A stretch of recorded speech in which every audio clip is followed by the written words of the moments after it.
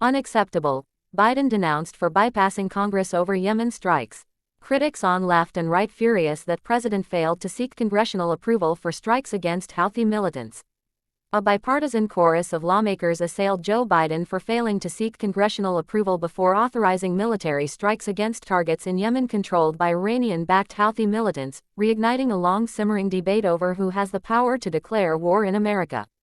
The U.S. president announced on Thursday night that the U.S. and the U.K., with support from Australia, Canada, the Netherlands and Bahrain, had launched a series of air and naval strikes on more than a dozen sites in Yemen. The retaliatory action was in response to relentless Houthi attacks against commercial shipping in the Red Sea since the start of Israel's war in Gaza. This is an unacceptable violation of the Constitution, said Congresswoman Pramila Jayapal, a Washington Democrat and the chair of the Progressive Caucus. Article 1 requires that military action be authorized by Congress. Biden, who served 36 years in the Senate, including as chair of the Foreign Relations Committee, notified Congress but did not request its approval. These strikes are in direct response to unprecedented Houthi attacks against international maritime vessels in the Red Sea, including the use of anti-ship ballistic missiles for the first time in history, Biden said in a statement. These attacks have endangered U.S. personnel, civilian mariners, and our partners, jeopardized trade, and threatened freedom of navigation. The escalation of American action came days after the Houthis launched one of their biggest salvos to date, in defiance of warnings from the Biden administration and several international allies who implored the rebel group to cease its attacks or prepare to bear the responsibility of the consequences. Several lawmakers applauded the strikes, arguing they were necessary to deter Iran. In a statement, Senator Mitch McConnell of Kentucky, the minority leader, called Biden's decision overdue. The United States and our allies must leave no room to doubt that the days of unanswered terrorist aggression are over, he said.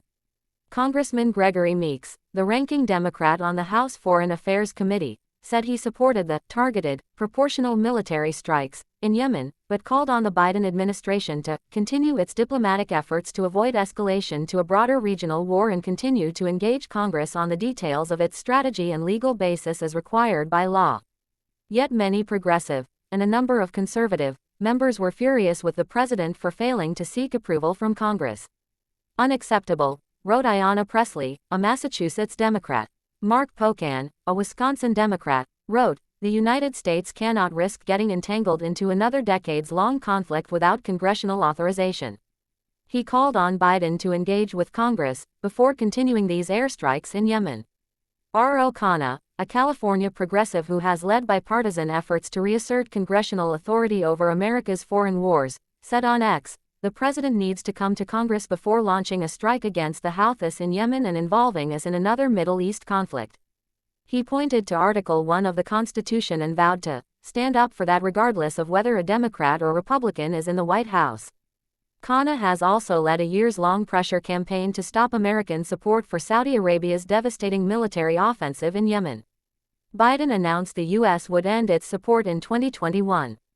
Last year, the Houthis entered diplomatic talks with Saudi Arabia, raising hopes of a truce in Yemen after a grinding civil war that has killed hundreds of thousands in the region's poorest country.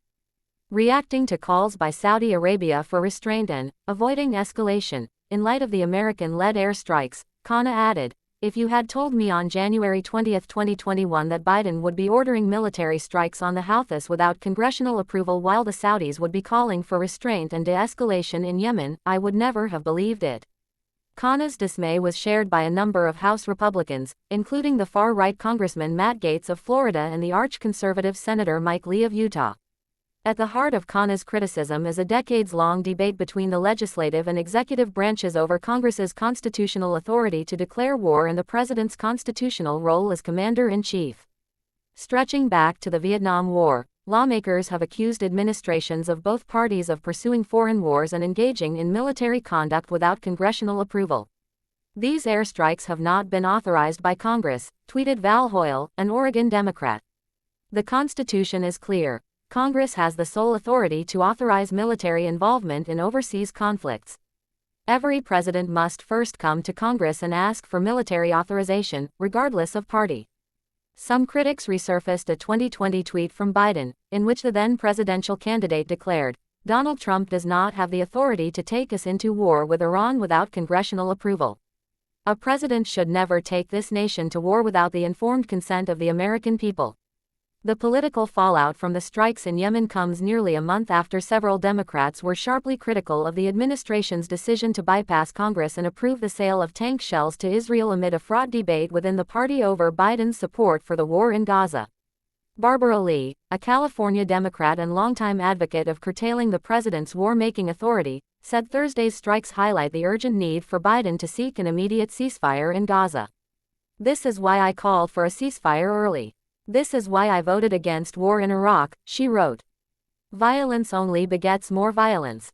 We need a ceasefire now to prevent deadly, costly, catastrophic escalation of violence in the region."